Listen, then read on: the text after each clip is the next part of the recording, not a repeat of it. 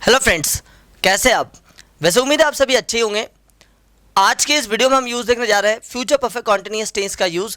और गाइस एक और बात, हम सभी जानते हैं कि आज के तेज़ी से बदलते युग में अंग्रेजी सीखना कितना ज़रूरी हो गया है। तो इसी को ध्यान में रखते हुए डेग इंग्लिश इंस्टीट्यूट ने अपनी सीरीज़ शुरू की है स्पोकन इंग्लिश की, जिसमें आपको जीरो से अंत तक एक एक चीज़ें पढ़ाई जाएगी। अब तक यदि आपने हमारे चैनल को सब्सक्राइब नहीं किया हो तो कैसे इसे सब्सक्राइब जरूर कर ले, और जो कोई भी इंग्लिश सीखने के लिए इंटरेस्टेड हो आप उन्हें ये वीडियोस शेयर कर सकते हैं गाइस। ठीक है, सो आइए साथियों देखते हैं हम लोग आज का जो हमारा टॉपिक है। वो टॉपिक है फ्यूचर परफेक्ट कॉन्टिन्यूअस टेंस। ठीक है guys, future perfect continuous tense, इसकी हेल्पिंग होती है विल हैव बिन। ठीक है, ये इसकी हेल्पिंग होगी विल हैव बिन, और वर्ब में हम यहाँ पर भी यूज़ करेंगे VING। और इसकी जो हिंदी आइडेंटिफिकेशन होगी वो इस तरीके से होगी, कोई किसी काम को किसी समय से कर रहा होगा, समय से कर रहा होगा।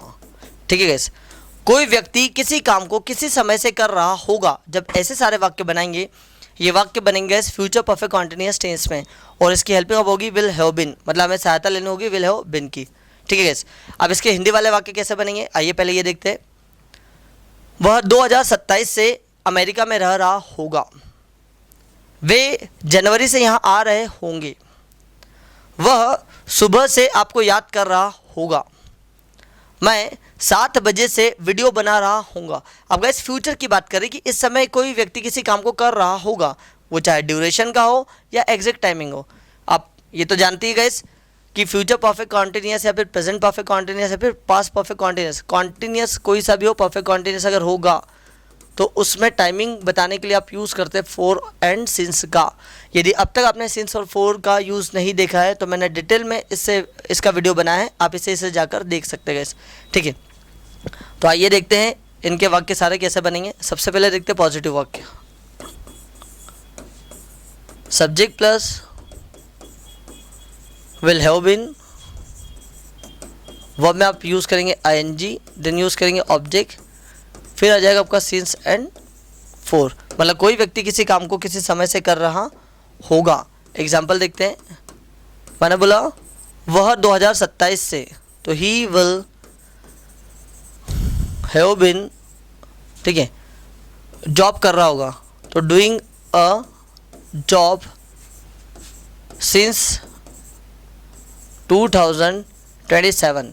ठीक है, वह 2027 से नौकरी कर रहा होगा। अब गाइस हमने यहाँ पर सिंस का यूज़ क्यों किया, क्योंकि यहाँ पर है स्टार्टिंग पॉइंट। अगर यहाँ पर ड्यूरेशन होता तो मैं फॉर का यूज़ करता। इसी का देखते हैं नेगेटिव वाक्य।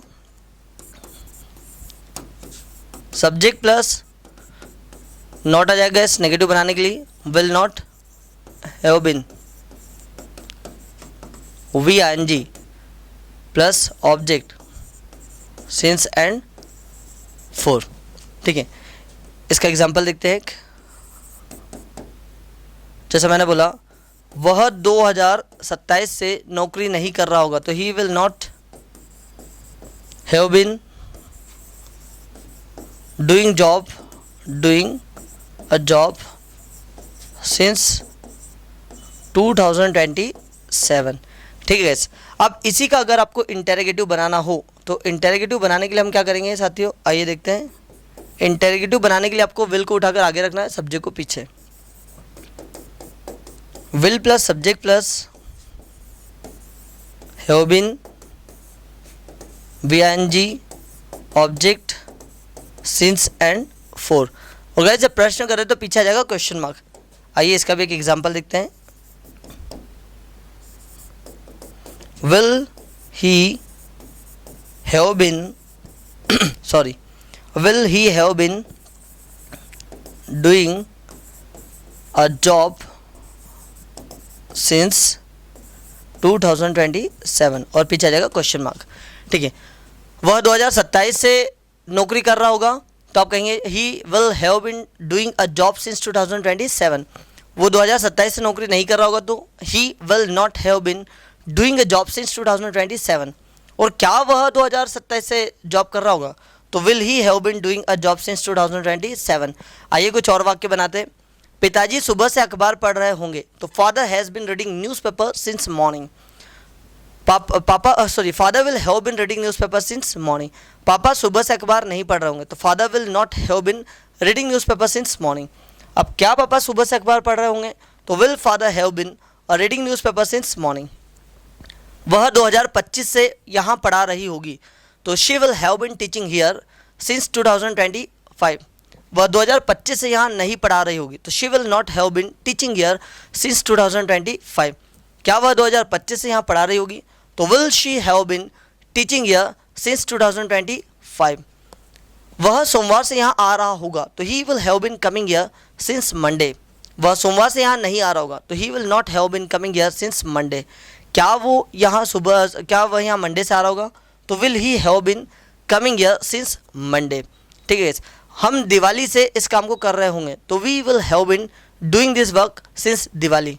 हम दिवाली से इस काम को नहीं कर रहे होंगे तो we will not have been doing this work since Diwali. क्या हम दिवाली से इस काम को कर रहे होंगे तो will we have been doing this work since Diwali. ठीक है, वह एक हफ्ते से इस काम को कर रहा होगा तो he will have been doing this work for a week. वह एक हफ्ते से इस काम को नहीं कर रहा होगा तो he will not have been doing this work for a week. क्या वह इस काम को एक हफ्ते से कर रहा होगा तो will he have been doing this work for a week. So guys, I hope आपको ये समझ में आया होगा, फ्यूचर परफेक्ट टेंस का यूज़ समझ में आया होगा कि इसके वाक्य कैसे बनते हैं। और अलग अलग तरीके से आप प्रैक्टिस करें, नए नए वर्ब्स के साथ में प्रैक्टिस करें। और जितना प्रैक्टिस करेंगे उतना ही आपकी इंग्लिश में निखार आएगा, क्योंकि बिना प्रैक्टिस के कुछ भी सीखने वाले नहीं हैं। प्रैक्टिस तो आपको करनी पड़ेगी। हाँ, और प्रैक्टिस करते वक्त यदि आपको कोई डाउट हो, ठीक है, तो आप मुझे कमेंट्स करके ज़रूर बता सकते हैं। मैं इसका रिप्लाई आपको अगले वीडियो में ज़रूर दूंगा। आप सभी का बहुत बहुत धन्यवाद इस वीडियो को अंत तक देखने के लिए। जय हिंद।